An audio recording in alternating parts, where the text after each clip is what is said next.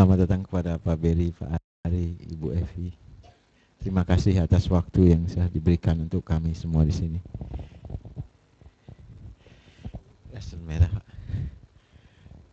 Nah, juga selamat datang kepada calon jemaah haji tahun ini, insya Allah. Semoga diberikan kemudahan dan kebaikan dalam melaksanakan niatnya, insya Allah. Tidak panjang lebar, silahkan kepada Pak Beri dan Pak Ari untuk memulainya sehingga tidak berlama-lama. Begitu saja. Selamat sekali lagi dari kami. Assalamualaikum warahmatullahi wabarakatuh. Terima kasih Pak Usra.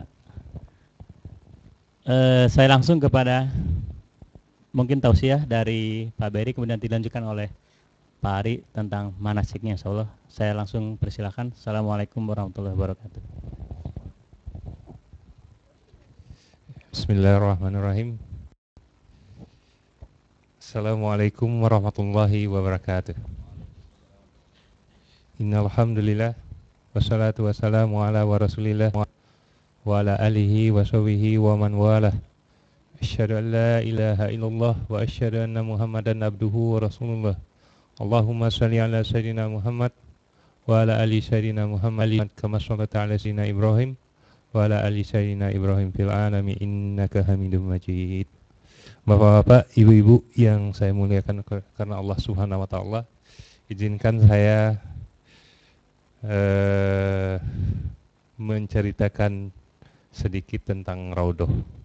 Sebelumnya saya juga tidak lupa mengucapkan kepada IMCV yang telah memberikan kesempatan kepada kami dari Raudhah untuk menjelaskan, untuk membagi ilmu dalam rangka kita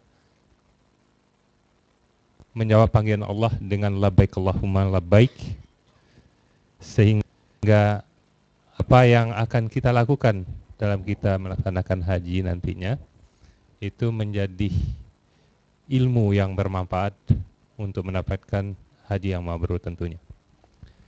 Bapak-bapak, ibu-ibu, kurang lebih di tahun 99 saya melaksanakan haji saya sendiri.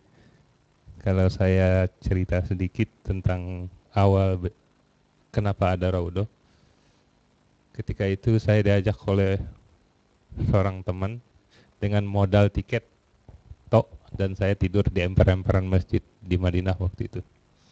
Waktu itu masih boleh tidak pakai travel agent, dan sekarang harus pakai travel agent. Di sana saya mencoba mengerti proses haji itu. Saya pergi ke maktab sendiri, minta tenda, naik bus dan segala macam. Di tahun selanjutnya, di tahun 2000 saya membawa istri naik haji. Tapi di sana rupanya Allah berkehendak lain.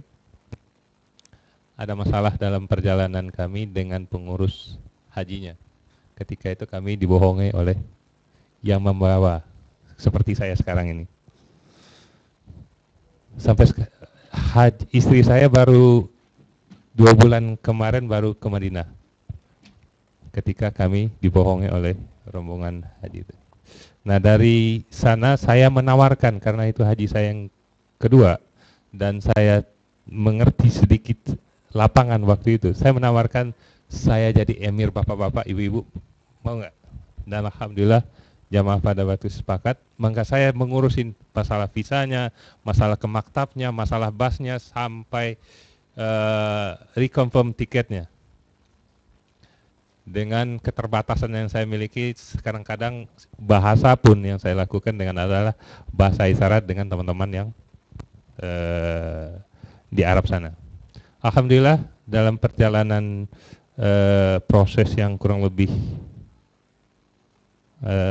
hampir 1 bulan waktu itu, kami tidak diberikan biaya, nginap kurang lebih sebesar ini, agak lebar sedikit lah. Itu kami diisi oleh 20 orang. Oleh karena keterbatasan karena dana yang kami pegang itu untuk haji itu 13.000 untuk 56 orang. 13.000 Australian dollar waktu itu. Nah, dari sana kami kelola uangnya, ada sebagian setelah haji berangkat ke Madinah dan sebagian kami pulang ke Indonesia. Dan proses itu saya banyak belajar bagaimana untuk mengolah haji. Di tahun 2001 saya diminta oleh pengurus masjid di Sydney, yaitu seperti IMCV-nya Sydney yang bernama CIDE, Central of Islamic Dawah and Education, untuk menjadi Pak Antonnya waktu itu di sana. Nah, alhamdulillah kami juga bisa membawa waktu itu kurang lebih 25 orang waktu itu. Nah, alhamdulillah berjalan.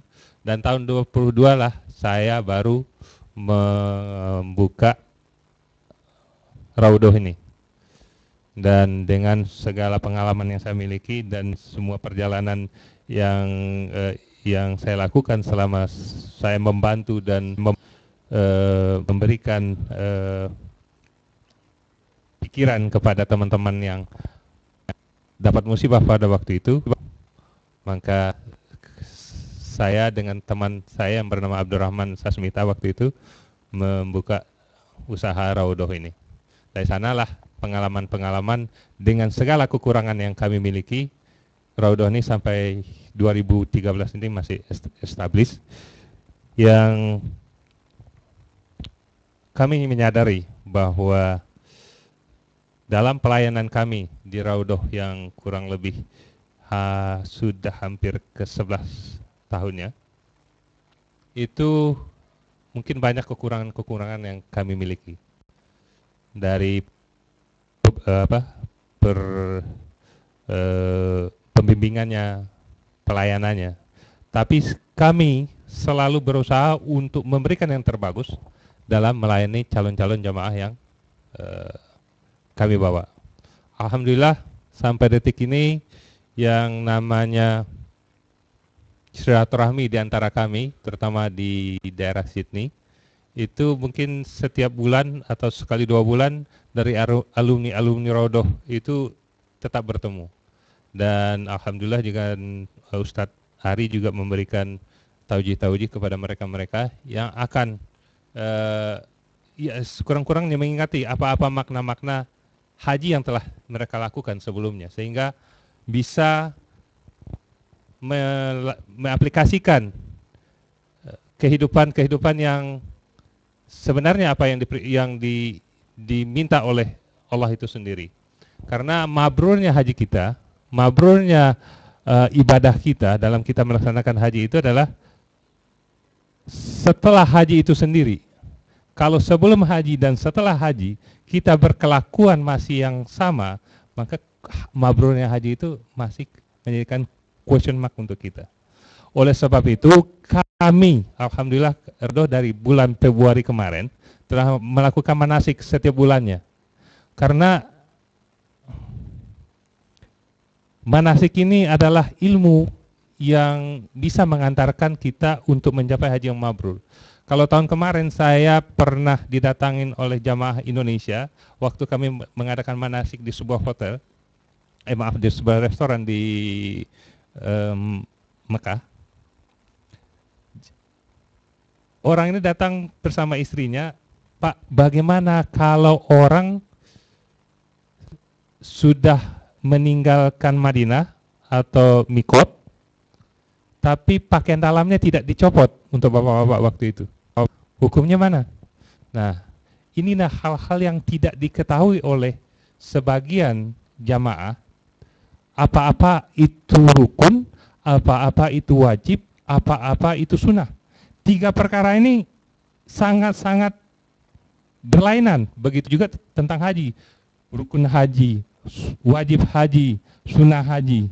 Kalau kita lihat, kalau rukun haji kita tidak penuhi, maka haji kita tidak sah. Tapi wajib haji kita tidak penuhi, maka kita bisa membayar dam. Oleh sebab itulah hal-hal seperti ini harus kita dapatkan ilmunya, sehingga haji yang kita harapkan untuk menjadi haji yang mabrur insya Allah akan tercapai. Oleh sebab itu kami Raudoh mempunyai suatu moto, mabrurnya haji bapak-bapak dan ibu-ibu sekalian adalah visi kami. Sehingga kami mendahulukan apa-apa yang seharusnya kita lakukan dalam kita melaksanakan haji itu sendiri. Oleh sebab itu kami selalu mencoba evaluasi apa-apa yang kekurangan-kekurangan yang kami lakukan di tahun sebelumnya untuk memberikan pelayanan yang maksimal kepada calon-calon haji, baik itu dari Melbourne ataupun dari Sydney dan state-state yang lain. Alhamdulillah tahun ini kita sudah ada dari New South Wales, Darwin, Perth, dan Melbourne. Dari Melbourne untuk sementara yang sudah mendaftar dengan Raudoh ada 3 orang. Insya Allah juga tahun ini juga kemungkinan kita akan lock untuk 50 orang jamaah yang akan ikut untuk Raudoh. Karena pengalaman tahun kemarin kita 56, satu bus itu 50 orang, Pak. Jadi ketika itu lebih 6 orang, saya harus satu orang, saya harus menyewa satu bus lagi yang kapasitas ini tetap untuk 50 orang. Sebab ini tahun ini dan pengalaman kemarin kami akan lock 50 orang. Kalau ada lebih dari 50 orang itu nanti kita akan menjadikan waiting list untuk mencapai 65 orang. Kalau itu mencapai 65 orang baru kita untuk membawa lebih dari 50 orang. Untuk sementara kita alhamdulillah sudah lebih 40 orang yang sudah terdaftar. Alhamdulillah awal untuk kami untuk mengadakan manasik di luar New South Wales adalah Melbourne yang pertamanya. Insya Allah kita akan ke Darwin dan ke Perth. Yang terakhir adalah yang perlu saya sampaikan adalah dengan siapapun bapak-bapak dan ibu-ibu nanti akan berangkat, pesan saya, ini bukan ini untuk Raudoh ya, pesan saya, pergilah dengan orang yang bahasa dan adat istiadatnya atau culture-nya sama dengan kita. Karena ketika kita bersafar, itu kalau sudah adat dan ininya sudah berbeda, kalau kita sudah ditaruh satu kamar, maaf, sekali lagi maaf, kalau orang Arab itu rokok ada suatu kebiasaan yang susah dihilangin. Kita satu kamar sama mereka, dia merokok, yang kita tidak biasa merokok, itu akan terganggu kekusukan kita. Sudah ada hasad dalam hati kita. Duit yang kita keluarkan itu sebesar ribuan dolar itu akan sia-sia oleh Allah. Oleh sebab itu, pergilah dengan orang yang atau kelompok-kelompok yang ininya backgroundnya sama dengan kita. Kalau di Sydney itu ada kurang lebih 3 atau 4 inilah penyelenggara haji seperti Raudoh ini. Jadi pesan saya pertama itu adalah siapkanlah dengan ilmu semaksimal mungkin untuk mencapai haji yang mabrur. Yang kedua adalah pergilah dengan orang-orang yang culture-nya mirip dengan kita. Entah itu orang Malaysia, entah itu orang dari Singapura, ataupun dari Indonesia itu sendiri. Mungkin itu yang dapat saya sampaikan. Kalau ada yang dapat didiskusikan, silakan.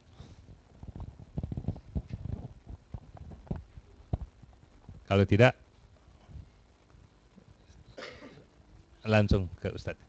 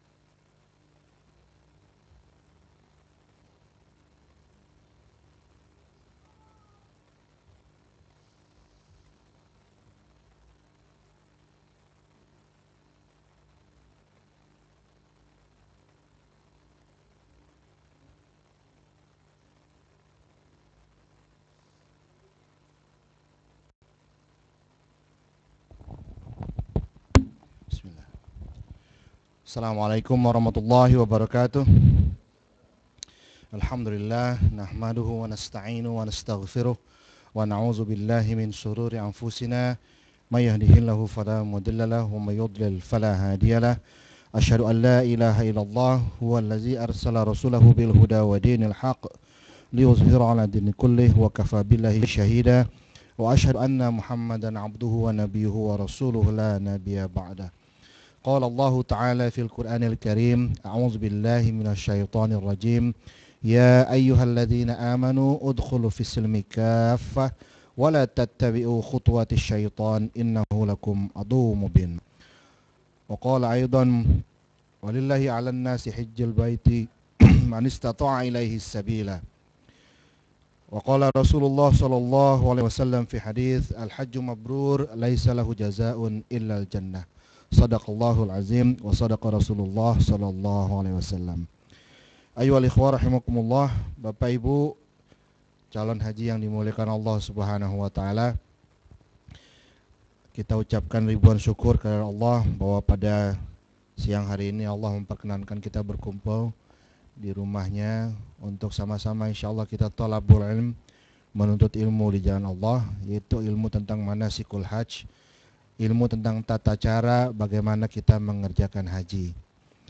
Tadi sebagaimana yang telah disampaikan oleh Pak Samsul Bahri, bahwasanya Raudhah telah membimbing atau melakukan perjalanan untuk membantu saudara-saudara kita yang mau berangkat haji semenjak dari tahun 2002. Kemudian saya sendiri bergabung di Raudhah semenjak tahun 2005 sampai saat ini. Dan alhamdulillah dari sekian banyak perjalanan yang kami lakukan, kesannya memang berbeda-beda. Ya, susah, senang, dan riang gembiranya itu kadang-kala sulit untuk disampaikan karena memang merupakan pengalaman pribadi kita masing-masing. Nah, nanti juga ketika Bapak dan Ibu melaksanakan ibadah haji, itu akan merasakan sendiri pengalaman spiritual yang luar biasa yang mungkin selama ini tidak pernah kita alami. Nanti akan kita rasakan bagaimana dekatnya kita kepada Sang Khalik, Sang Pencipta kita, Allah Subhanahu wa taala, dan terasa betul walaupun Rasulullah sallallahu alaihi wasallam telah meninggalkan kita 1400 tahun lebih yang lampau, tapi seolah-olah beliau dekat dengan kita. Ya, itu yang bisa kita rasakan manakala kita melaksanakan ibadah haji. Mudah-mudahan insyaallah niat Bapak Ibu sekalian untuk dapat berkunjung ke Baitullah, berkunjung ke rumah Allah Subhanahu wa taala, berziarah ke makam Rasulullah, salat di Masjid Nabi dan juga salat di Masjidil Haram, Allah sampaikan. Ya, Allah sampaikan dan Allah berikan kekuatan, kemudahan dan kelancaran kepada kita semua untuk bisa berangkat pada tahun ini insyaallah. Kok suasananya suram amat ya? Udah pada makan belum ini? Ya. Kalau kami jujur emang belum makan, tapi kami insyaallah akan tetap semangat begitu. It's coming katanya. Jadi Bapak Ibu sekalian yang dimuliakan Allah, baik. Yang di hadapan Bapak Ibu ini adalah ayat yang mewajibkan kita kaum muslimin untuk pergi haji. Ya, sebagaimana kita ketahui, haji itu adalah rukun Islam yang kelima. Jadi dia merupakan salah satu pilar dari Islam yang barang siapa tidak mengerjakannya, maka sesungguhnya dia telah menghancurkan Islam itu sendiri. Ya, atau meruntuhkan bangunan Islam itu sendiri. Ya, dia merupakan ibadah yang paripurna, paling lengkap, dan dilakukan setelah kita memastikan yang pertama, pilar pertama, kedua, ketiga, keempat setelah dilaksanakan dengan sempurna. Ya, jadi syahadat kita sudah betul, syahadat kita sudah beres, salat kita juga tidak bolong-bolong lagi, ya. Kemudian zakat dan puasa kita juga sudah kita laksanakan dengan baik dan sempurna. Kemudian kita tutup dengan melaksanakan ibadah haji. Jangan dibalik, ya, jangan dibalik. Kalau saya perhatikan di negeri kita khususnya, ya, banyak sekali rukun Islam itu yang dibalik begitu. Walaupun insya Allah hasilnya pun insya Allah mudah-mudahan positif ya. Jadi yang tadinya enggan sholat, yang tadinya nggak bisa ngaji, ya, yang tadinya mungkin enggan bayar zakat, sholatnya bolong-bolong, puasanya juga kalau inget gitu ya. Ya kalau inget Ramadan puasa, kalau nggak inget ya nggak puasa begitu. Ya. Kemudian dia memutuskan pergi haji. Ya, dia memutuskan pergi haji, ya udah pokoknya nekat lah. Terserah mau diapain sama Allah nanti di sana bagaimana aja keputusannya. Pergi dia haji dan kemudian pulang punya semangat baru untuk memperbaharui atau memperbaiki apa-apa yang selama ini ditinggalkannya. Ya, itu yang positif. Tapi ada juga ya, yang dia sama sekali nggak peduli dengan nomor 1, 2, 3, dan 4, kemudian dia pergi haji, kembali dari haji malah lebih rusak dari itu. Karena dia berpendapat ibadah saya sudah paripurna kok, sudah haji. Orang juga kalau ketemu saya manggil haji, Pak Haji, Bu Haji, gitu kan. Kemudian kalau ketemu sama saya cium tangan lah sama Pak Haji biar dapat berkahnya begitu. Ada yang begitu anggapannya kan? Gitu. Nah tentu saja ini yang tidak kita harapkan. Oleh karenanya Raudhah sendiri mengharapkan, ya, lewat dari beberapa manasik yang kita lakukan, kita ingin agar step by step kita laksanakan ibadah ini betul-betul sesuai dengan apa yang Rasulullah Muhammad SAW itu tuntunkan. Ya, Rasulullah sendiri berpesan, khudhu anni manasikakum. Ya, ambillah apa-apa yang aku kerjakan ketika haji sebagai bahan contoh buat kalian. Demikian kata Rasulullah. Ya. Jadi kita usahakan orang kalau misalnya dia syahadatnya belum benar, ya, kemudian sholatnya juga masih belum bagus, itu nanti akan ketahuan di sana, gitu. Ya, ketika kita sibuk berlomba-lomba untuk hadir ke masjid, ya, karena memang tidak terbiasa sebelumnya pergi ke masjid atau tidak membiasakan dirinya untuk sholat tepat waktu, sholat berjamaah, maka kebanyakan sholatnya di dalam kamar, gitu. Ya, padahal kalau misalnya Raudhah ini paketnya yang namanya hotelnya selalu menjadi halaman masjid, ya, baik di Madinah maupun di Mekah, hotel kita itu berdekatan dengan masjid. Ya. Nah oleh karenanya himbauan kami sebelum kita pergi haji maka benahi dulu tuh, ya, syahadatnya, salatnya, zakatnya, puasanya. Juga khawatir kalau misalnya syahadat kita belum betul, ya, kita kan ke sana itu berangkat untuk menyempurnakan ibadah kita, meluruskan akidah kita, memurnikan akidah kita, ya kan, untuk menghilangkan segala bentuk kemusyrikan dan kesyirikan. Jangan sampai di sana malah kita membuat aturan-aturan atau ibadah-ibadah baru, ibadah-ibadah tambahan yang tidak pernah diajarkan oleh Allah dan Rasulnya. Dan itu saya perhatikan banyak sekali kita melihat orang-orang yang melakukan ibadah-ibadah yang sebenarnya nggak perlu, yang tidak pernah Rasulullah SAW itu ajarkan. Ya misalnya seperti mengusap-usap Ka'bah, ya, Ka'bahnya udah bersih, nggak perlu diusap-usap kok, gitu. Kemudian mencium dinding atau tiang-tiang Masjid Nabawi, ya. Saya pernah waktu itu berziarah ke makam Rasulullah, mulai dari pintu masuk Babus Salam di Madinah itu sampai menuju ke makam Rasulullah, ada seseorang di depan saya itu sibuk menciumi tiang masjid. Ya, wallahu alam keluar dari masjid mungkin bibirnya doer gitu ya. Karena semua tiang masjid diciumi gitu. Ya ini tidak merupakan tuntunan dari Rasulullah SAW. Betul kita mencintai Rasulullah, cuman harus sesuai, harus proporsional. Ya, bukan berarti kita menyembah atau berlebih-lebihan ketika kita mencintai Rasulullah SAW. Ya, jadi yang di hadapan kita Bapak Ibu adalah ayat yang mewajibkan kita untuk berangkat haji. Ya. Dan uniknya dari ibadah haji ini adalah dia adalah ibadah wajib yang ada syaratnya. Ya, kalau ibadah-ibadah lain tidak memerlukan syarat. Ya, di sini bisa dikatakan walillahi 'alan nasi hajjul baiti man istata'a ilaihi sabila. Ada kata-kata man istata'a ilaihi sabila. Ya. Dan mengerjakan haji adalah kewajiban manusia terhadap Allah. Ya, jadi kewajiban manusia terhadap Allah mengerjakan haji itu bagi orang yang sanggup istita'ah. Ya, jadi kewajiban mengerjakan haji itu ada syaratnya. Syaratnya yaitu istita'ah, mampu. Mampu dari segi apa? Paling tidak dari segi 3 faktor.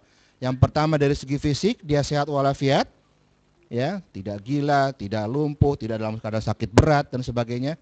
Ya. Kemudian yang kedua, dari segi finansial, ya, dari segi keuangan dia mampu, dia memiliki harta yang cukup, ya, untuk berangkat, untuk dijadikan bekal, untuk yang ditinggalkan, keluarga yang ditinggalkan, bekal bagi keluarga yang ditinggalkan, dan untuk selepas dia pulang dari haji. Ya, syarat. Yang ketiga, syarat perjalanan aman. Ya, menjadi tidak wajib kita berangkat haji manakala perjalanan kita menuju ke Baitullah itu tidak aman. Seperti misalnya pada waktu tahun 91 ketika perang Teluk pertama itu berkecamuk, ya, banyak ulama yang mengeluarkan fatwa tidak wajib pergi haji tahun ini, ya, karena takut kena rudal nyasar gitu pesawatnya, ya, jadi nggak kembali, ya, dianggap perjalanan yang tidak aman menjadikan perjalanan haji pada tahun itu atau orang yang berniat pergi pada tahun itu tidak istita'ah, ya, tidak punya kemampuan untuk menemukan atau memakai jalur yang aman, ya. Nah itu, jadi dia adalah kewajiban ibadah wajib yang bersyarat. Sedangkan yang lain-lain tidak bersyarat, ya. Apakah sholat, apakah syahadat, apakah zakat, puasa tidak memerlukan syarat, ya. Sepanjang dia sudah mukallaf, baligh, ya, berakal dan sebagainya, maka seorang itu wajib dia melaksanakan salat, zakat dan puasa. Sedangkan haji tadi ada syaratnya, istita'ah, ya. Baik. Itu tadi penjelasan tentang wajibnya kita melaksanakan haji. Nah, selanjutnya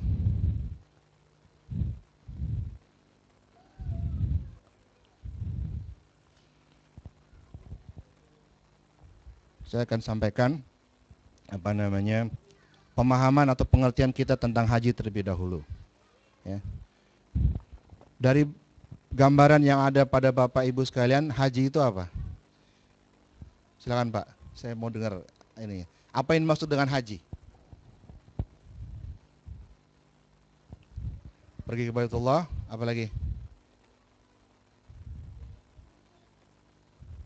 Jangan sampai pergi haji nggak niat loh. Ditanya definisinya, Allah yang penting berangkat, ntar urusan di sono belakangan gitu aja. Ditempeleng malaikat ntar sampai sono. Ya. Ada yang bisa memberikan ini masukan? Dari ibu-ibunya mungkin. Menunaikan rukun Islam, apalagi? Yang lain? Definisinya dulu jadi kita paham gitu. Supaya ketika kita mengerjakan, kan begini, ketika kita mau mengerjakan segala sesuatu, kita harus tahu definisinya dulu kan. Sholat itu definisinya apa? Jadi kita pasti, oh saya sholat karena untuk ini. Saya bayar zakat karena untuk ini gitu. Ya. Bagaimana? Masuk surga. Atau yang paling simpel, biar pulang dipanggil Pak Haji gitu. Dipanggil Bu Haji gitu. Ya. Baik. Kalau definisi dari kakek saya almarhum, saya pergi haji pertama tahun 93. Sama lah seperti Bapak sekarang gitu. Tampang saya juga ketekuk waktu itu. Takut gitu ya. Ya seperti wajah Bapak sekarang gitu. Mohon maaf. Ya, seperti wajah ibu-ibu juga ketekuk, takut. Ntar sampai sono diapain gitu. Ada nggak punya perasaan kayak begitu? Hah? Mudah-mudahan nggak ada ya. Alhamdulillah kalau nggak ada. Ya, kalau dulu saya punya perasaan kayak begitu, karena kita merasa insan yang kotor, ya banyak dosa, gitu. Ini datang ke tempat yang suci, Masjidil Haram itu artinya masjid yang diharamkan kita berbuat maksiat di dalamnya kan, diharamkan kemungkaran dan kemaksiatan di dalamnya. Ya. Jadi ketika kita berangkat ke Baitullah itu ada perasaan, ya Allah, apakah Engkau akan menerima ibadah saya? Apakah Engkau akan menerima haji saya? Ya kan?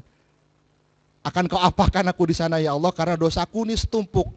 Aku datang menghadap Engkau untuk memohon ampun kepada Engkau ya Rabbi. Ya. Punya nggak kira-kira perasaan seperti itu? Takut, gundah, gulana begitu. Ya, karena apalagi diceritain oleh orang-orang tua zaman dulu kan, hati-hati di sana gitu. Ya kan? Kalau ada orang ngemis lebih baik dikasih daripada disumpahin nggak pulang kamu gitu. Ada sih orang ngemis nyumpahin gitu. Ya kan?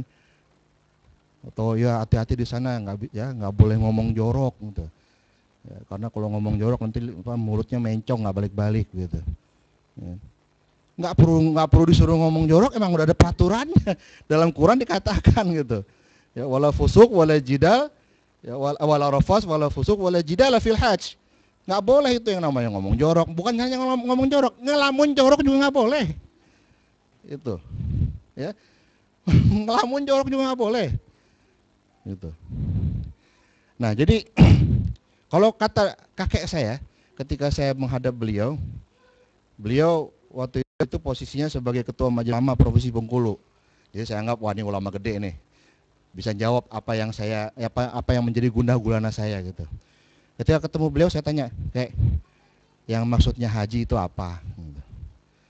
Saya pikir beliau akan menceramahi saya, akan memberikan jawaban yang panjang lebar, sehingga ujung-ujungnya saya juga nggak ngerti gitu. Ya kan? Ternyata beliau hanya menjawab dengan jawaban yang simpel dan singkat dan ringkas. Apa kata beliau? Haji itu adalah perjalanan yang berbahagia. Titik. Saya tungguin, ini ngomong lagi apa enggak nih? Enggak, cuma itu aja. Ya. Jadi haji itu adalah perjalanan yang berbahagia. Itu lama tuh saya merenungkan, kenapa ini si kakek cuma menjawab ini? Ternyata Bapak Ibu yang dimuliakan Allah, itu adalah keywordnya, kata kuncinya dari perjalanan haji kita. Ya, kita akan mendapatkan perjalanan haji yang sukses, kita akan bisa beribadah dengan khusyuk, sepanjang kita bisa mengkondisikan hati kita senantiasa bahagia, senantiasa ridho akan semua keputusan dan ketetapan Allah Subhanahu wa Ta'ala. Itu, ya. Jadi tidak mudah komplain di sana. Ya. Bayangkan kalau kita setiap perjalanan, setiap dalam marhalah. Jadi ada step-stepnya kita mengerjakan haji itu kan. Ada ketika di Madinah, kemudian dari Madinah berangkat ke Mekah. Ya, sebelum berangkat ke Mekah kita mampir dulu di Zulhulaifah.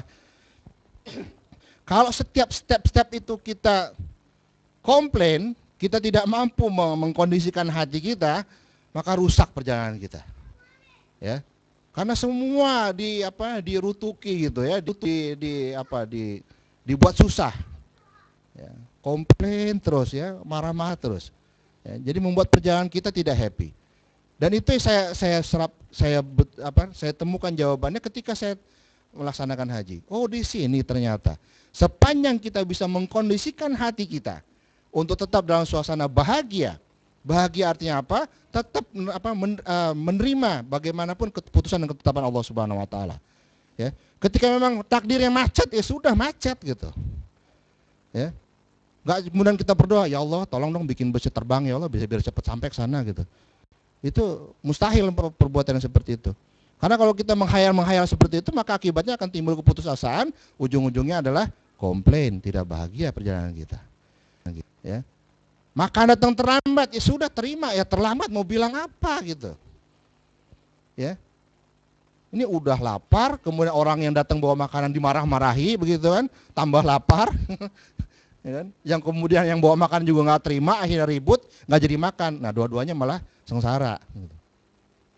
Ya. Jadi sepanjang kita bisa mengkondisikan hati kita, itu insya Allah kita bisa melaksanakan ibadah haji dengan khusyuk, dengan penuh kebahagiaan. Ya. Itu definisi dari kakek saya. Ya. Nah, kemudian bagaimana definisi ulama? Ya.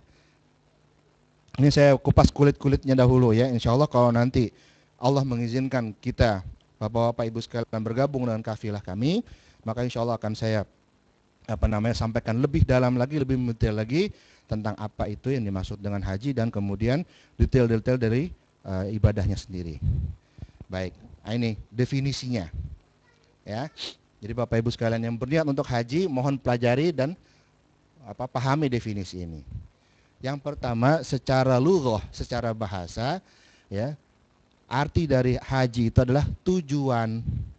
Artinya apa? Kita berangkat itu untuk menuju kepada Allah yang Maha Agung. Di sini peran niat berperan, ya.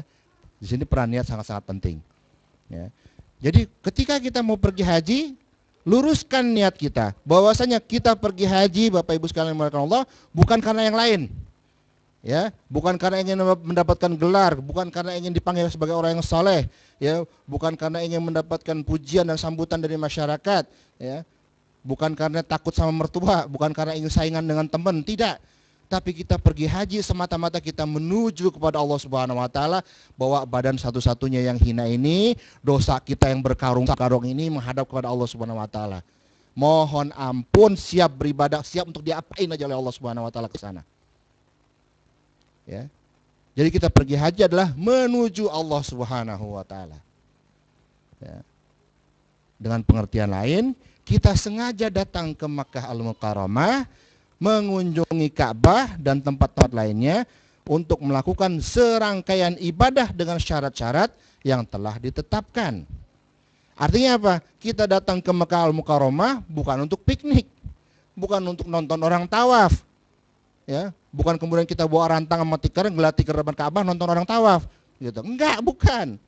Ya, kita datang ke sana adalah untuk melakukan serangkaian ibadah yang telah dicontohkan oleh Rasulullah Shallallahu Alaihi Wasallam. Itu haji. Ya. Karena ada juga orang yang datang ke Mekah bukan untuk ibadah. Niat dari awalnya sudah salah, ya. Jadi datang ke Mekah itu untuk apa? Shopping, belanja. Jadi jangan heran gitu. Kita tidak pernah mendapatkan dia di masjid, tawaf di depan Ka'bah, tapi kita sering mendapatkan dia tawaf di pasar. Gitu. Karena apa? Salah pasang niat. Salah mengerti, salah paham tentang definisi dari haji. Ya. Nah, menurut Syekh Utsaimin, beliau mengatakan haji itu adalah beribadah kepada Allah Subhanahu wa taala dengan melaksanakan manasik yang telah ditetapkan dalam sunnah Rasulullah Shallallahu Alaihi Wasallam. Artinya apa? Ketika kita mengerjakan haji, kita usahakan betul-betul untuk melaksanakan haji sebagaimana Rasulullah SAW lakukan. Nah, dalam hal ini kita Raudhah berusaha ya untuk bisa membimbing Bapak Ibu sekalian, membimbing para jamaahnya untuk bisa mengerjakan haji, melaksanakan ibadah-ibadah haji, proses pelaksanaan dari haji itu sedekat mungkin dengan apa yang Rasulullah SAW ajarkan. Untuk 100% juga nggak mungkin lah. Ya, kalau 100% artinya dalam hal berkendara pun kita juga harus ikuti gitu Rasulullah. Bayangkan kalau dari Mekah, dari Madinah ke Mekah harus tetap naik onta. Ya. Mekah Madinah itu ada yang tahu jaraknya berapa? Hampir. Kurangi lagi 50. 450 kilo, kurang lebih. Ya. Itu kalau naik onta makan waktu kira-kira seminggu lah. Ya. Sengebut-ngebutnya onta tuh paling kecepatannya 40 km per jam. Sengebut-ngebut itu udah digebukin orang macam-macam tuh, ya. Udah paling kenceng gitu. Ya. Seminggu perjalanan. Bayangkan kalau kita mau ngikutin, kenapa kok udah tahun 2013 masih naik onta? Ngikuti sunnah Rasulullah. Iya kalau tahan gitu. Iya kalau kita punya mental sebagaimana Rasulullah dan para sahabatnya. Kalau enggak berantakan haji kita. Ya kan? Gitu. Nah, insya Allah kita dari Raudhah kami berkomitmen untuk bisa membimbing para jamaah kami sesuai dengan apa yang Rasulullah SAW tuntunkan. Ya. Dan kita berusaha untuk menghindarkan diri dari perbuatan atau ibadah-ibadah yang melenceng atau di luar dari ketentuan Rasulullah SAW. Sampai definisi di sini ada pertanyaan nggak? Ada yang kurang jelas? Jelas ya insya Allah ya Bapak Ibu, supaya jangan melenceng lagi ya. Jadi kita benar-benar fokus di sini. Ya.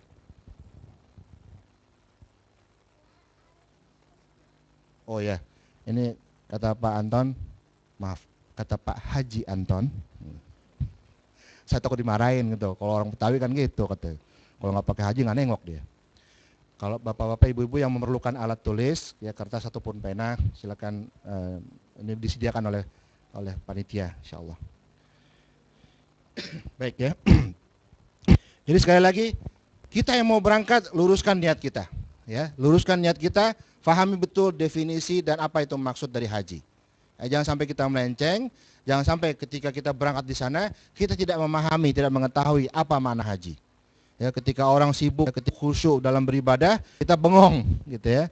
Kita nggak mengerti apa yang harus kita lakukan.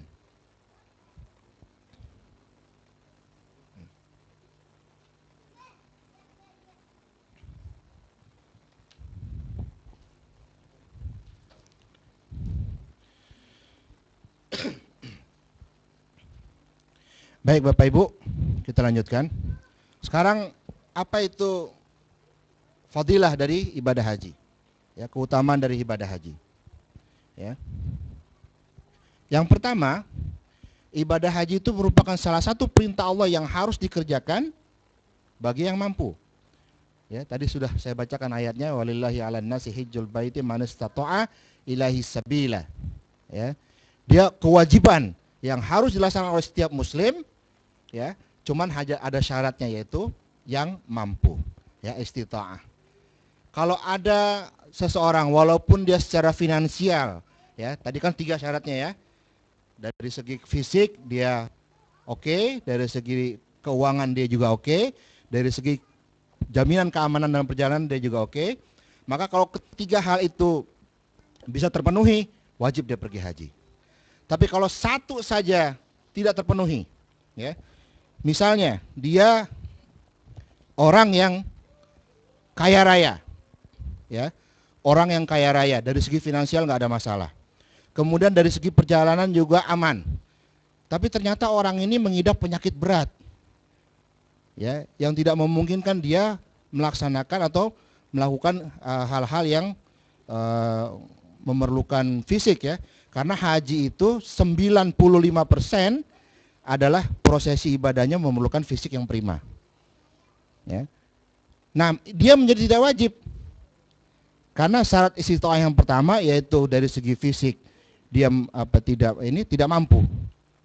Ya, maka dia jadi tidak wajib. Nah, jadi perintah yang pertama keutamaannya adalah karena haji itu adalah dia merupakan perintah Allah yang harus kita lakukan, yang wajib dilakukan, hanya saja bersyarat. Yang kedua, dia merupakan seruan Nabi Allah Ibrahim alaihissalam, ya, yang sejak lebih dari 3000 tahun yang lampau sudah didengung-dengungkan, sudah dipanggil. Jadi kita semua ini manusia seluruh dunia ini sudah dipanggil, diundang oleh Nabi Allah Ibrahim alaihissalam semenjak 3000 tahun yang lampau. Ketika Nabi Allah Ibrahim perintah oleh Allah naik ke Jabal Qubais untuk memanggil manusia. Ya, fa'azzin 'alan nas, kata Rasulullah, kata Allah, perintahkan, ya, diperintah Nabi Ibrahim untuk mengazankan seluruh manusia untuk pergi haji. Memanggil seluruh manusia untuk pergi haji. Jadi Bapak Ibu sekalian dimuliakan Allah, ya. Seruan atau panggilan haji ini sesungguhnya dia adalah panggilan yang sudah tua. Ya, sudah tua umurnya. Sudah lebih dari 3000 tahun yang lampau. Ya. Jadi kalau sampai ada orang mengatakan, ya, Bapak Ibu kok sudah berumur belum mau pergi haji, kenapa? Jawabnya, belum ada panggilan. Ya. Saya katakan ini salah channel nih. Belum tune imannya nih. Ya. Jadi ibaratnya kalau panggilan Nabi Allah Ibrahim itu salurannya FM, ya, yang bagus, yang bersih suaranya. Nah, kita masih pasang channelnya di channel AM gitu. Ya. Udah gitu yang siarannya siaran wayang golek atau dangdut lagi gitu, ya. Nggak nyambung sampai kapan juga. Ya. Nah, jadi kita paskan dengan kita tunekan setelan iman kita ini agar nyambung dengan panggilan Nabi Allah Ibrahim alaihissalam. Ya. Jadi kita sudah dipanggil seluruh manusia ini semenjak lebih dari 3000 tahun yang lampau oleh Nabi Allah Ibrahim untuk datang berkunjung, ya, ke Baitullah, melaksanakan haji. Ya, jadi sebenarnya haji ini adalah salah satu ibadah yang tertua. Ya. Bahkan sebelum Islam, orang-orang zaman dahulu juga sudah melaksanakan haji, namun kemudian datang Rasulullah untuk memperbarui haji tersebut sehingga hanya orang Islam yang wajib melaksanakan haji. Ya. Yang ketiga, Bapak Ibu sekalian dimuliakan Allah, haji itu adalah merupakan jihad fi sabilillah. Ya. Dan kita tahu barang siapa yang melaksanakan jihad, ya, berarti dia berjuang di jalan Allah Subhanahu wa taala, dan kalau sampai dia dipanggil Allah atau dia gugur ketika dalam melaksanakan tugas di jalan Allah itu, maka predikatnya adalah mati syahid. Ya. Orang mati syahid itu langsung dijemput oleh bidadari dan jaminannya adalah surga. Ya.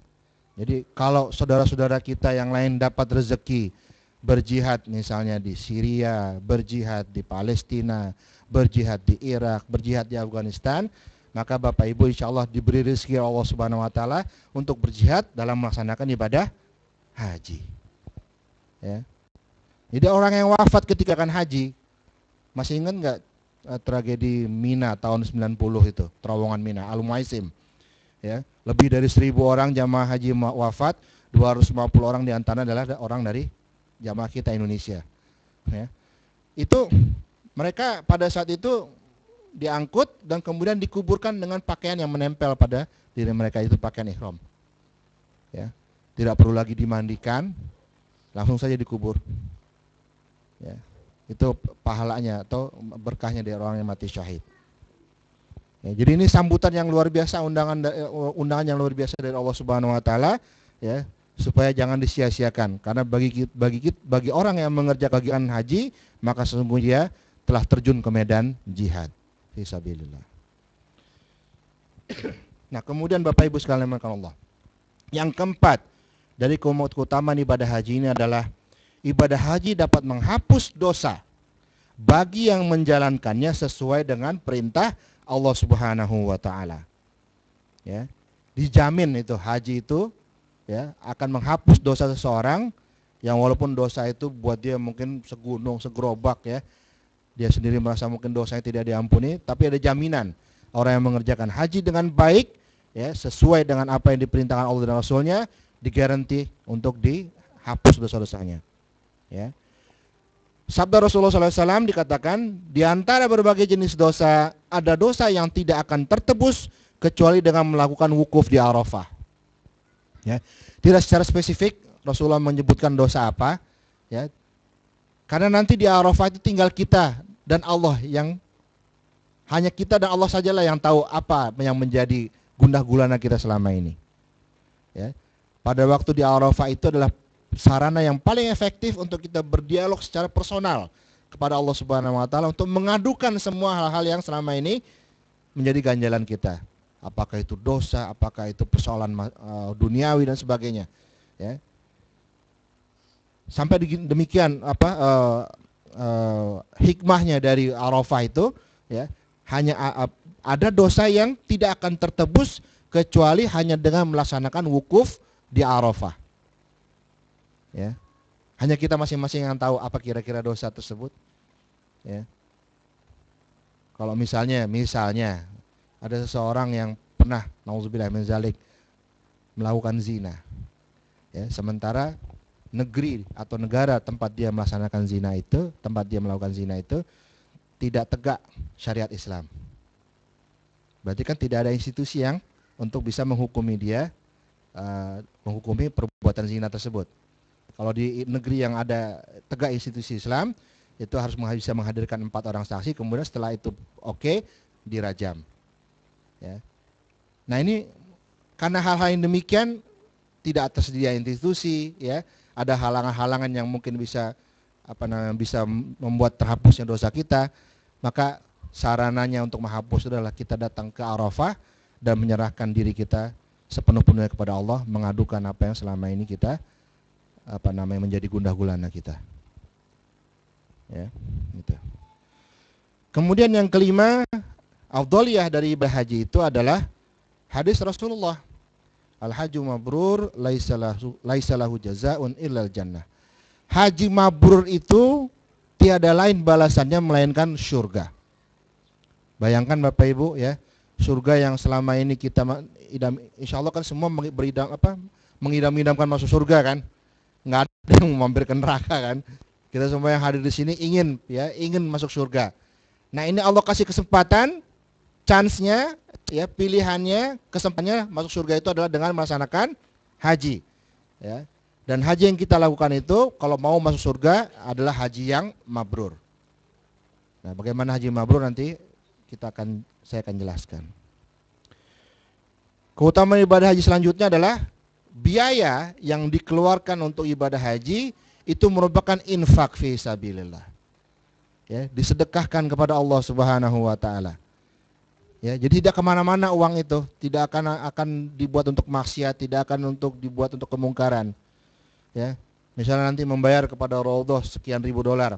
Insya Allah itu adalah bagian dari infak fi sabilillah, infak di jalan Allah Subhanahu wa taala, yang akan kembali kepada Bapak Ibu sendiri pahalanya, nggak kemana-mana. Ya, gitu. Baik, dari Afdholiyah Haji ini ada yang mau ditanyakan sebelum saya lanjut?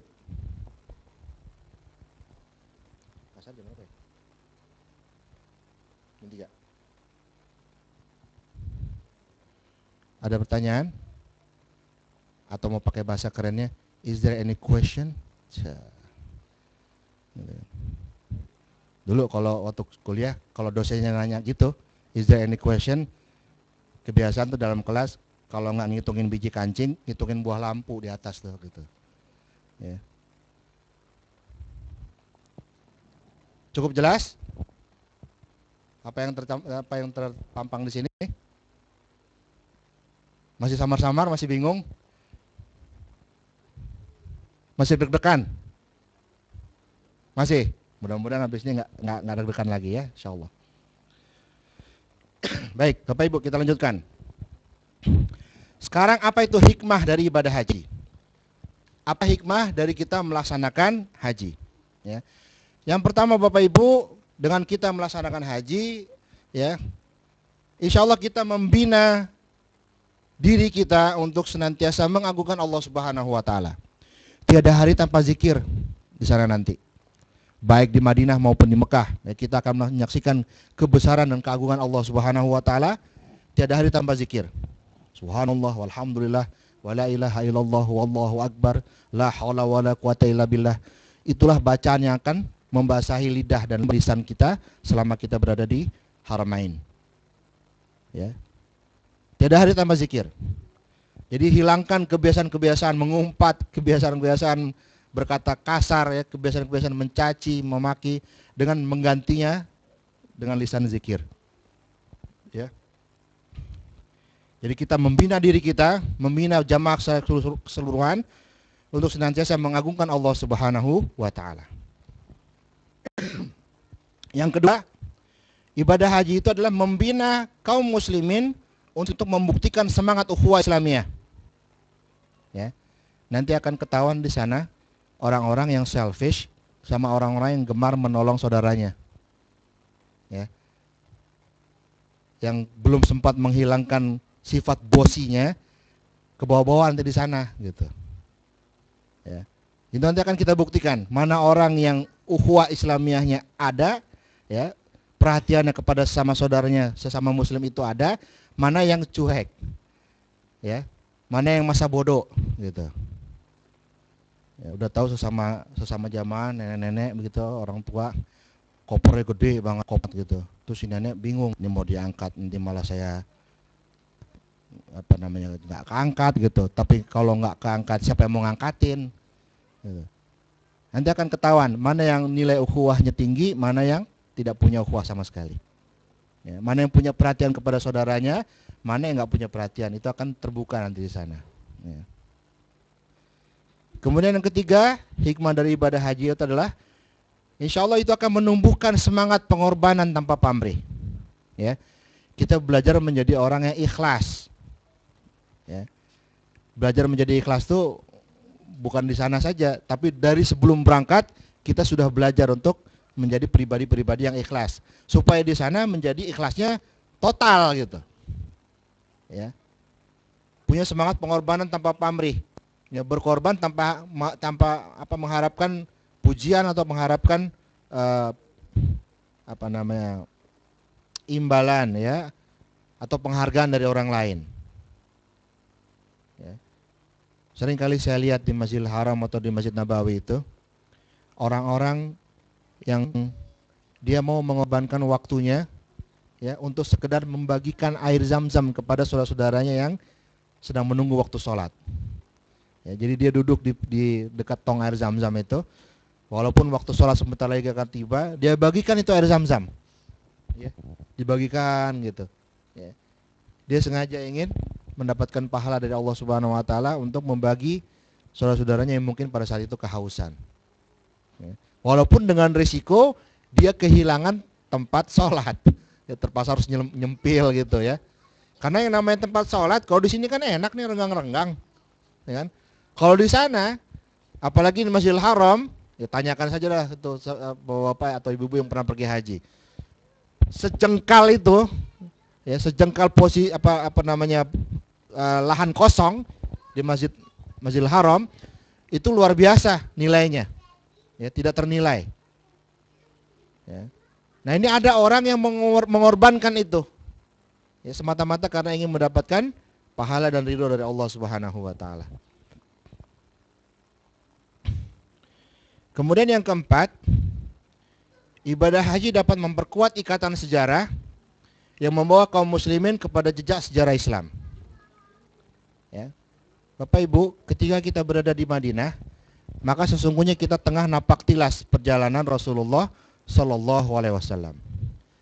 Nanti ada satu hari di Madinah, di mana kita akan ziarah, kita akan mengunjungi tempat-tempat bersejarah, di mana Rasulullah Shallallahu Alaihi Wasallam bersama para sahabatnya menegakkan din ini, menegakkan agama ini. Kita akan berkunjung ke Jabal Uhud, ya, ke medan tempur Uhud.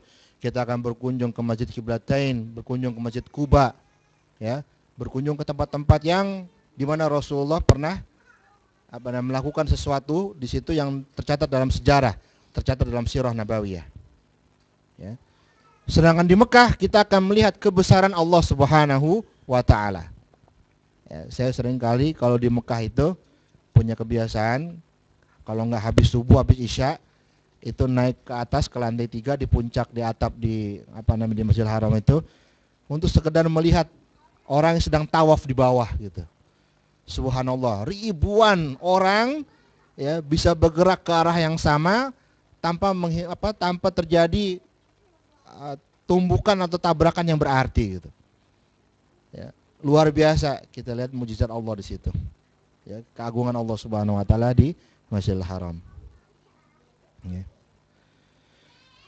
Kemudian yang kelima, hikmah dari ibadah haji adalah mendidik kaum muslimin untuk menjadi orang yang berani berjihad dan siap menghadapi mati. Ya.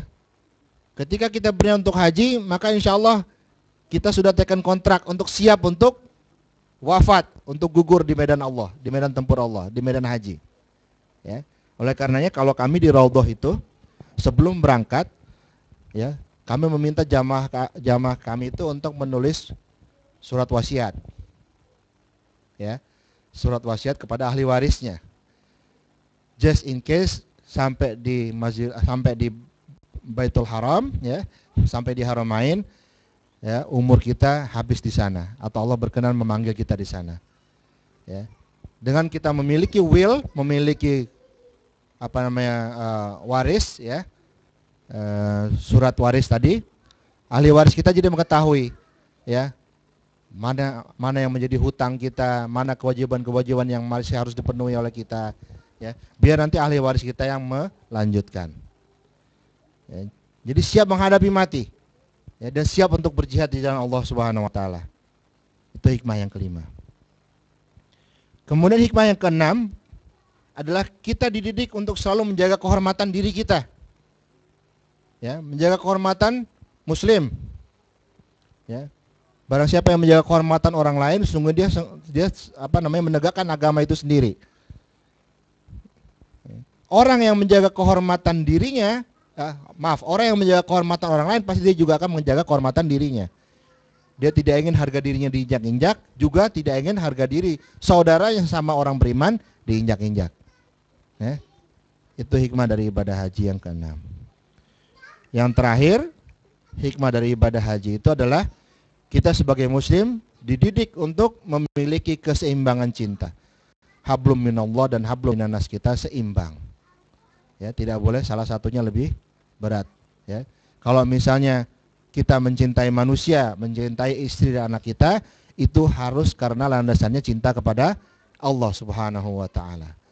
Ya, tiada kecintaan yang lebih melainkan kecintaan kepada Allah Subhanahu wa Ta'ala. Cinta kepada Allah harus didahulukan, ya, dibanding kecintaan kita kepada makhluk-makhluknya. Ya. Itu hikmah-hikmah ibadah haji. Nah, sekarang perhatikan di sini, Kalau dari 6 ini ada pada diri kita, maka tidak ada alasan dari kita ada untuk mengelak melaksanakan haji. Menjadi wajib buat kita semua untuk pergi haji. Ya. Yang pertama kita adalah Muslim, orang Islam. Ya, hal yang mewajibkan yang pertama adalah kita Muslim. Yang kedua berakal, tidak gila, ya, tidak sarap, tidak ayanen, gitu. Berakal. Yang ketiga baligh, ya, sudah mukallaf, sudah dewasa. Kalau misalnya ada pertanyaan, gimana kalau anak kecil pergi haji, Pak? Ya, tetap sah hajinya, cuman belum menghilangkan kewajiban dia pergi haji. Jadi nanti kalau dia sudah balik, dia wajib melaksanakan haji. Yang keempat, dia merdeka, bukan budak, ya, bukan hamba sahaya. Yang kelima, dia mampu, baik dari segi fisik dan materi. Yang keenam, bagi wanita maka dia harus disertai mahram, orang yang haram untuk dinikahi. Apakah itu bapaknya, apakah itu adiknya, ya, pamannya dan sebagainya. Ya, mahram. Nah, untuk mahram ini spesial. Kalau memang ada jamaah perempuan, jamaah wanita yang berangkat, ya, maka ulama seperti Syekh Yusuf Qaradawi membolehkan dia pergi, ya, sepanjang dia berangkat bersama rombongan dan rombongan itu dikenal rombongan yang baik, ya, dijaga dengan baik, dan rombongan itulah yang menjadi mahramnya. Ya. Jadi tidak menjadi alasan bagi orang yang pergi, bagi wanita yang pergi haji sendirian karena tidak mendapatkan mahram, dia tidak bisa berangkat. Asalkan dia berangkat bersama rombongan, ya, dan rombongan itu dikenal adalah rombongan yang baik, yang saleh, ya, sehingga bisa terjaga kehormatan dan harga diri dari wanita tersebut. Ya. Sampai sini ada pertanyaan? Apa mau turun minum dulu? Setengah main? Hah? Udah terminum. Minum beneran kalau itu.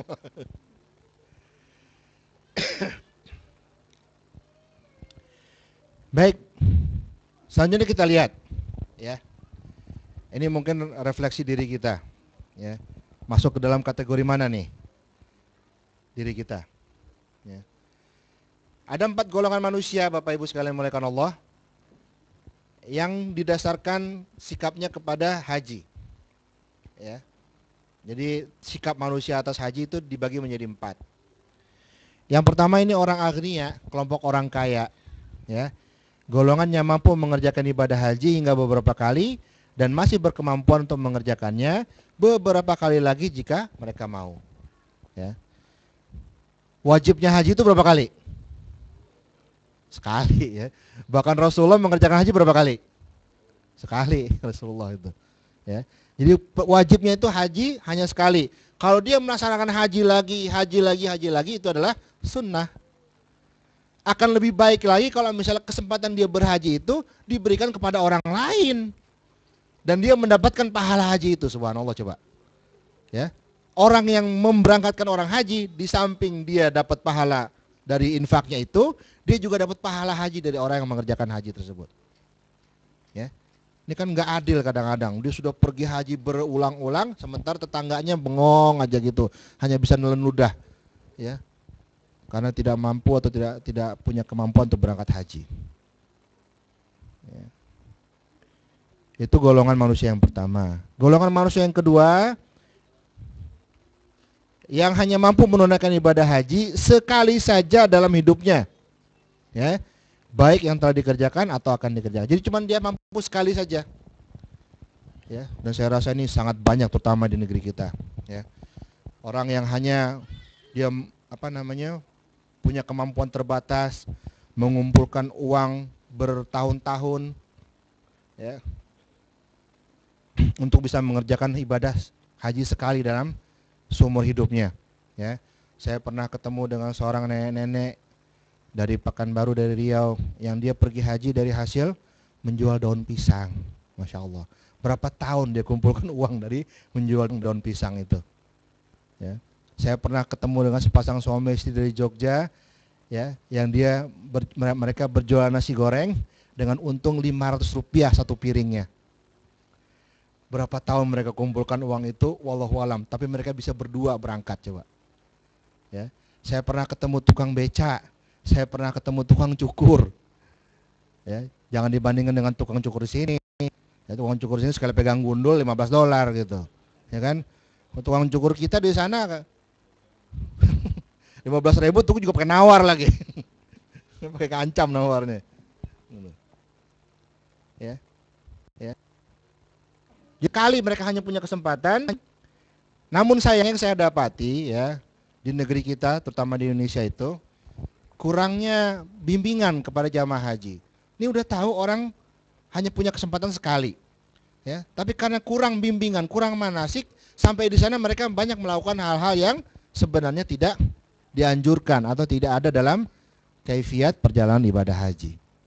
Sayang gitu. Jadi dari segi manasiknya, dari segi bimbingan hajinya sangat-sangat kurang di negeri kita itu. Ya. Itu golongan yang kedua. Golongan yang ketiga, ini yang tidak mampu menunaikan ibadah haji, ya, walaupun hanya sekali saja tidak mampu, tapi keinginan dan cita-citanya luar biasa. Ya. Ini biasanya ada aja jalan nih. Ada aja jalan. Ya, seperti saya ketemu sama tukang beca itu. Tukang beca dari mana coba duit dia bisa pergi haji? Ya. Kapan juga dia ngumpulkan duit gitu. Berapa puluh tahun dia perlu uang, perlu waktu untuk mengumpulkan duit sekian banyaknya untuk bisa pergi haji. Tapi kok dia bisa berangkat? Saya tanya, gimana Pak rahasianya kok Bapak bisa berangkat? Wah, ini kalau bukan karena Allah saya nggak bisa berangkat deh ke sini. Ceritanya gimana? Iya, itu ada langganan saya, sering naik becak saya gitu. Suatu ketika dia bilang sama saya, karena ada keluarganya yang telah didaftarkan yang untuk pergi haji itu urung berangkat pergi haji, sementara uang terlanjur disetorkan, si bapak itu menawarkan kepada saya, Pak, mau pergi haji? Ya maulah. Lihat ya, bagaimana cara Allah untuk memberangkatkan orang yang tadinya kita pikir nggak mampu tapi berangkat. Ya.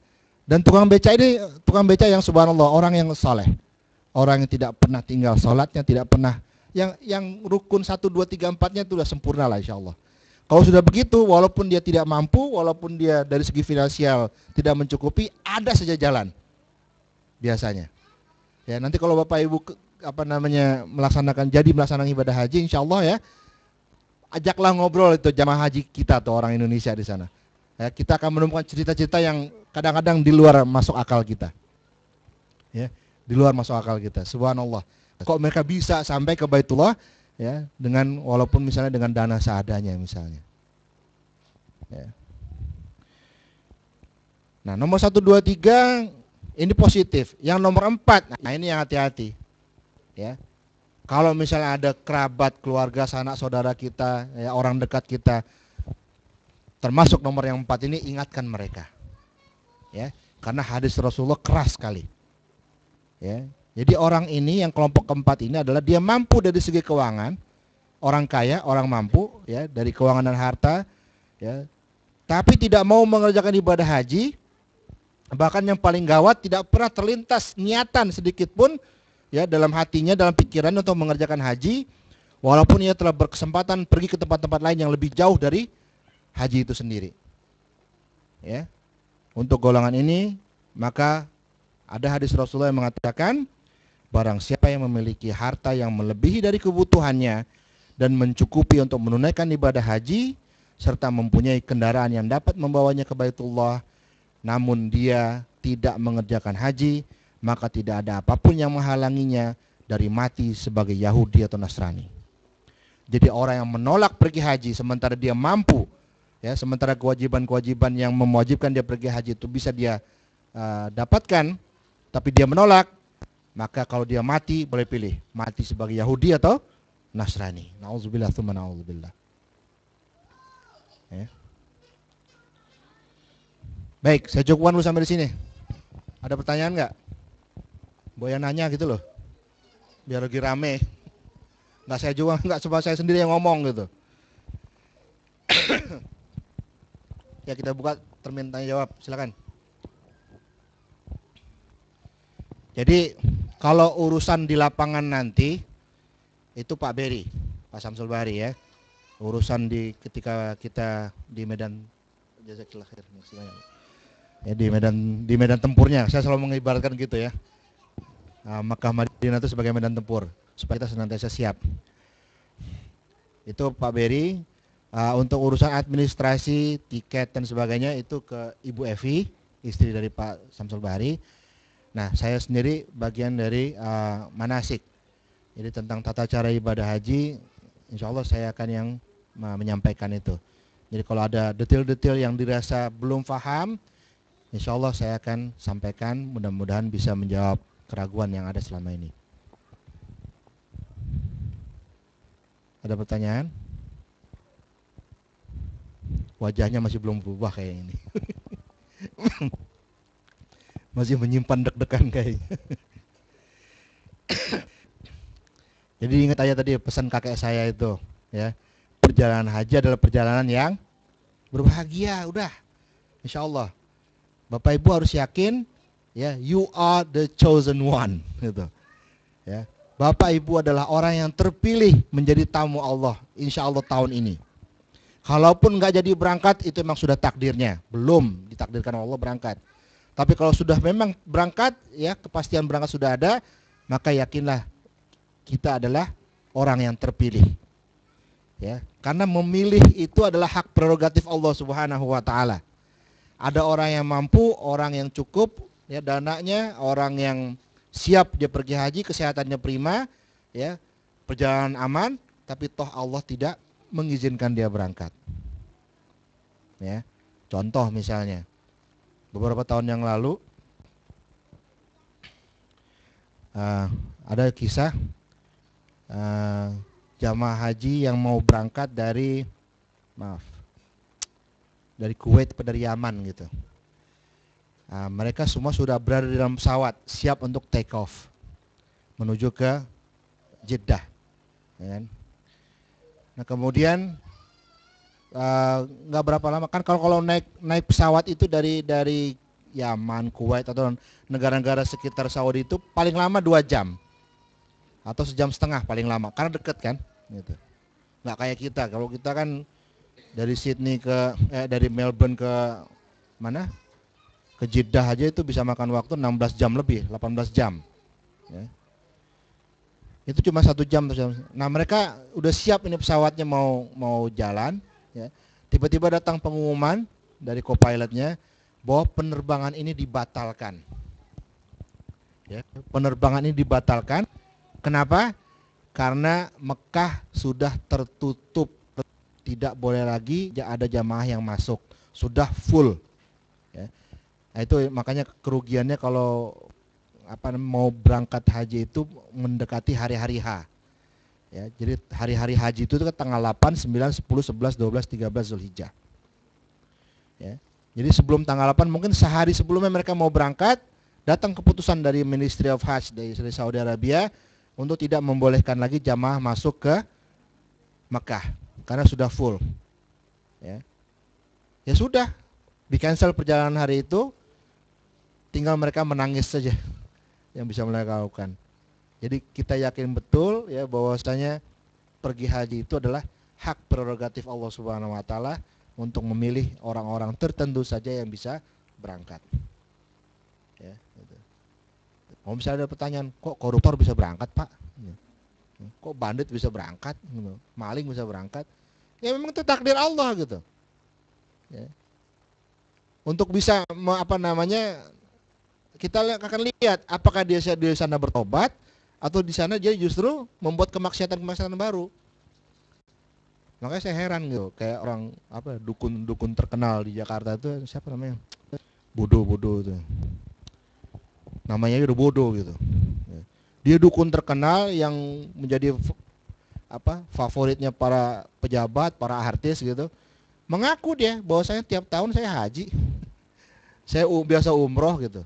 Tapi kok masih bisa melakukan kemaksiatan itu, bersekutu dengan setan itu nggak habis pikir.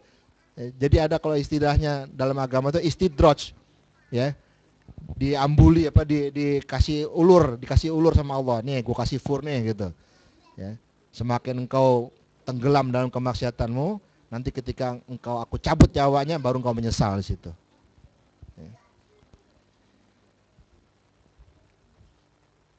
Ya mungkin dengan ditambal dengan makanan kecil baru bisa keluar nih pertanyaannya apa.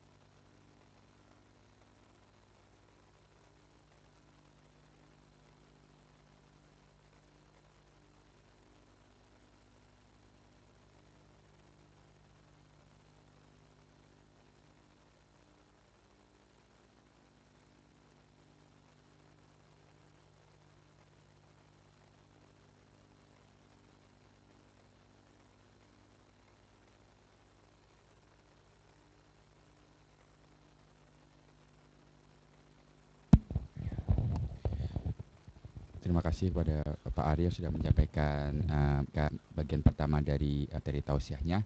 Seperti yang tadi sudah Pak Ari sampaikan, waktu asar sudah masuk. Kita sholat dulu, break sebentar, kemudian akan diteruskan. Sampai saat sini ada pertanyaan bapak-bapak dan ibu-ibu. Karena insya Allah acaranya akan kita teruskan sampai waktu sebelum maghrib. Kalau ada yang butuh kertas atau alat tulis menulis, kami masih punya banyak supply-nya, jadi bisa minta ke panitia. Itu saja. Sekarang ini kita akan siap-siap untuk melaksanakan sholat asar. Assalamualaikum warahmatullahi wabarakatuh.